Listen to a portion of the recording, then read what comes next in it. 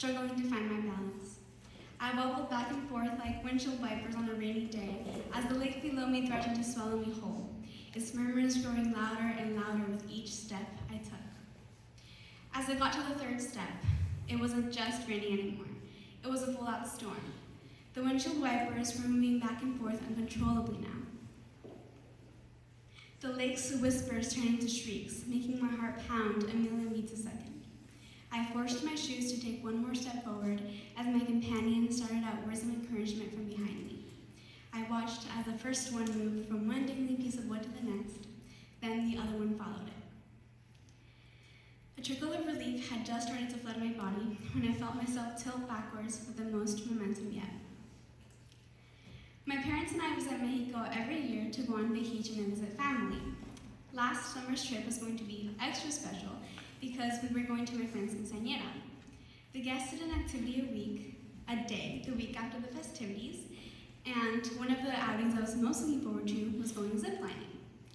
That morning, I woke up with excitement coursing through me. We drove about an hour from our Airbnb to get to the park, and half of the group chose to go on small canoes in the lake under us, while the other half chose to go on the zip lines.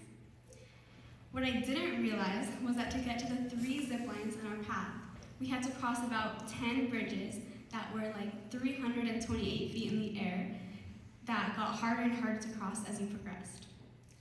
I was fine on most of them until I got to the second to last one. As I swung backwards and became almost parallel to the ground, I let out 2 deafening screeches of terror that echoed throughout the canyon as I thought, so this is how I'm going to die. Thankfully, I didn't die because even though my brain had forgotten it, I was strapped to a metal cable suspended across the bridge. With tears in my eyes, I slowly regained my balance by crawling my hands up the 2 metal cables on both sides of me. After wobbling upright for a few seconds, one of our guides, who had already crossed, finally came back to help me. She guided me across the bridge, and every time she took a step, I put one foot to the right of hers and the other one to the left. To prevent myself from spiraling even more, I took deep breaths and hummed After Midnight by Chappell Roan the whole way back. After the incident, when everyone had already crossed the bridge, one of my companions asked me something like, "I bet you're enjoying this, right?" I responded, "I'm enjoying this as much as I can because I am never doing this again." The reason I had been so petrified, teetering there on the bridge, was because I genuinely felt like I was going to die. I have always been afraid of death, to the point where my spiraling thoughts caused me to have panic attacks. For my 12th birthday, my parents took me to go see a James Bond movie at a movie theater. The dark environment of the room triggered thoughts of death, and a panic attack followed. On another occasion, I was happily walking my cousin's dog on a hot, sunny summer afternoon. I looked up at a tree's cascading leaves above me as I thought, life is so awesome.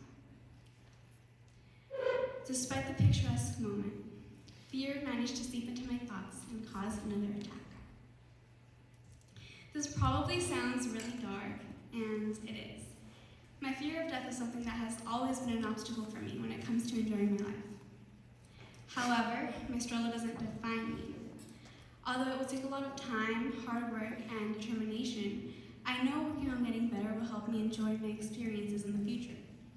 Like next summer, instead of having a quinceañera, my parents and I are taking a trip around Europe. I've never been there, so it'll be an entirely new experience for me. There will be new cultures, cities, and people, and I hope to face those experiences with excitement.